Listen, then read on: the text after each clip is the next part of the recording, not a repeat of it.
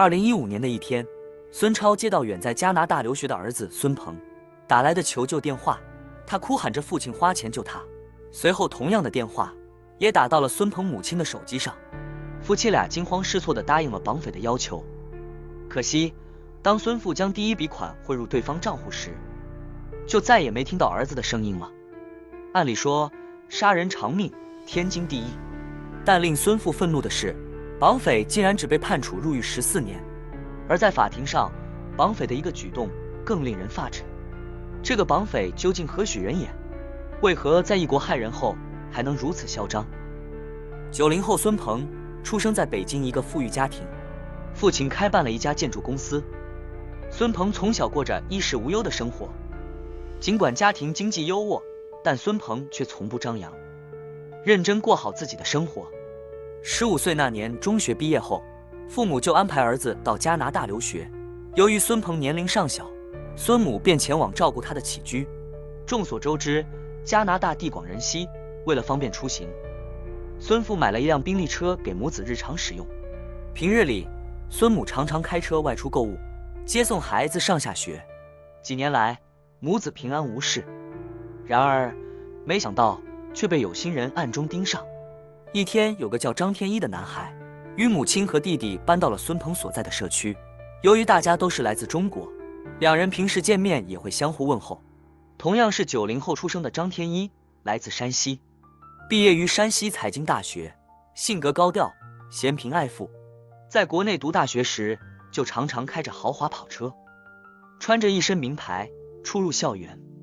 不仅如此，他还曾向同学炫耀自己的父亲是当地官场一名重要人物。然而，张天一喜欢炫摆的性格，到了国外也没有改变。他甚至和加拿大同学说：“你们是富二代，我可是官二代，不仅有钱，还有权。”刚开始，同学们还半信半疑，但看到他和弟弟小年纪就拿到了绿卡，况且母亲带着兄弟俩住在高档社区，也就相信了张天一的说法。几次见面后，孙鹏和张天一也熟络了起来。但内敛的孙鹏见不惯张天一满嘴跑火车的性格，因此两人也没有太多深交。几个月后，由于家中有事，孙母只好回国处理，便将白色宾利车留给儿子。张天一看着孙鹏开着豪车上下学，觉得对方家里一定有钱，更主动联系孙鹏，但孙鹏却常常对他不冷不热。没过多久，孙鹏搬离了原先社区，便将张天一的联系方式也删除了。但没想到，一次偶然，两人又再次相遇。一天，孙鹏和女友在商场逛街，正好在停车场撞见张天一。张天一死皮赖脸的要到了孙鹏的联系方式，临走时还瞄了一眼那辆白色宾利车。孙鹏回到家后，继续忙碌着自己的学业，他全然不知厄运正向他袭来。两人相遇没多久，张天一就打来电话，邀请孙鹏参加孩子的满月酒。孙鹏一再拒绝，表示女友身体欠佳，要照顾女友。张天一却没有要放过对方的意思，并说派车来接孙鹏和女友。孙鹏实在招架不住张天一的盛情，便答应对方会按时到达。为了参加张天一孩子的满月酒，孙鹏和女友还精心挑选了一番礼物。2015年9月27那天，孙鹏独自驾车，带着礼物来到了张天一告知的移动别墅地址。张天一看到孙鹏下了车，便笑容满面的出门迎接。进了门后，孙鹏跟着张天一来到了地下1楼，在毫无防备下就被几名男子按倒，并用绳子捆绑了手和脚。为了防止他求救，还用塑料袋套在了他的头上。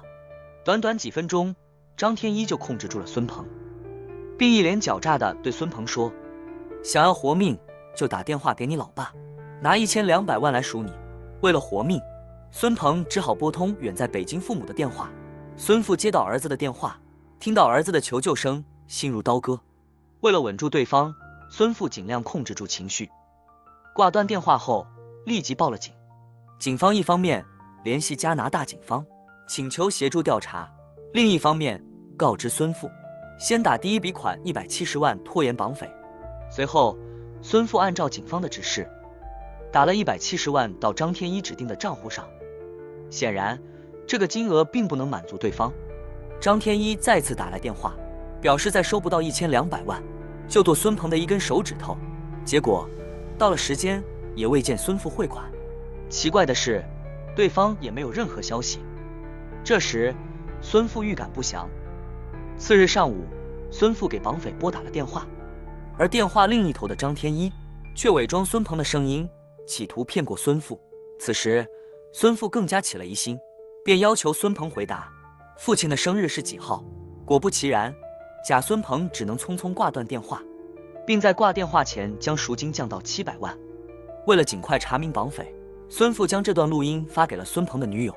很快，女友就听出了绑匪的声音，正是张天一。得知绑匪是张天一，国内警方迅速将此消息告知加拿大警方。加拿大警方根据提供的线索，也找到了孙鹏的宾利车。宾利车看上去并无异样，但当警方打开后备箱时，却吓得后退几步。原来后备箱里装着孙鹏的尸体。只见孙鹏手脚被绑，头上紧紧地套着一个塑料袋，面部呈紫色，舌头还在外面。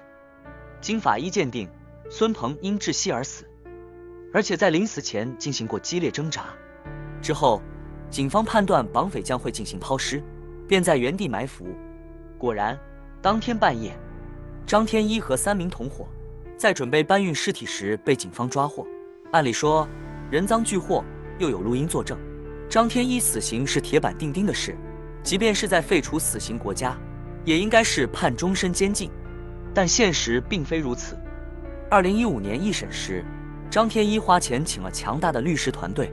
在法庭上，张天一保持沉默，不承认谋害孙鹏，并表示他回到地下室时，孙鹏已经断了气。至于为何要绑架孙鹏，张天一表示手头紧，需要钱。事后，熟悉张天一的同学透露，张天一一直沉迷赌博，并在绑架孙鹏前，他还试图绑架另一个富二代，可惜没有成功。由于警方未找到张天一谋害的罪证，因此1级谋杀罪名不成立。最终于2017年2月，仅判处张天一入狱14年，并要求当庭向孙家宣读悔改书，表示道歉。但张天一根本没有忏悔之心。在庭审结束后，他微笑着与律师和翻译团队一一握手，表示感谢。对于此判决，孙父表示判得太轻，但也表示尊重加拿大法律。之后，孙父丧子心痛，无心经营自己的生意，并将公司关闭，过起了隐居生活。毋庸置疑，孙鹏的死给予孙家沉重的打击。原本孙鹏计划读完大学，第2年回国继承家业，可惜却客死他乡，生命也定格在22岁。尽管孙鹏被害案件过去多年，但带给我们更深刻的思考。生活中，无论身处何地，都要把人身安全放在首位，行事低调，不炫富，不张扬。害人之心不可有，但防人之心不可无。对朋友保持警惕，善良之中带有锋芒，才能真正保全自己。